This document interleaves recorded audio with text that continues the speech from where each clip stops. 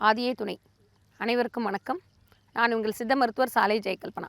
இன்னைக்கு நம்ம காற்றை பற்றி பார்க்க போகிறோம். காற்றை குறைக்கக்கூடிய வாயு முத்திரை எப்படி செய்கிறது, அதனால் நமக்கு என்னெல்லாம் பலன்கள் கிடைக்குது, எப்படி இந்த முத்திரை வேலை பார்க்குது அப்படின்றத நம்ம இன்னைக்கு பார்க்க போகிறோம். நம்ம உடம்புல காற்று அதிகமாச்சுன்னா என்ன ஆகும்? அங்கங்கே வாயு பிடிப்பு உண்டாக ஆரம்பிக்கும். வாயு குத்தல், வாயு பிடிப்பு, அதே நேரத்தில் கேஸ்ட்ரைட்டிஸ்ன்னு சொல்லக்கூடிய வயிற்று வலி. இது எல்லாத்துக்குமே காரணம் நம்ம எடுக்கிற உணவு.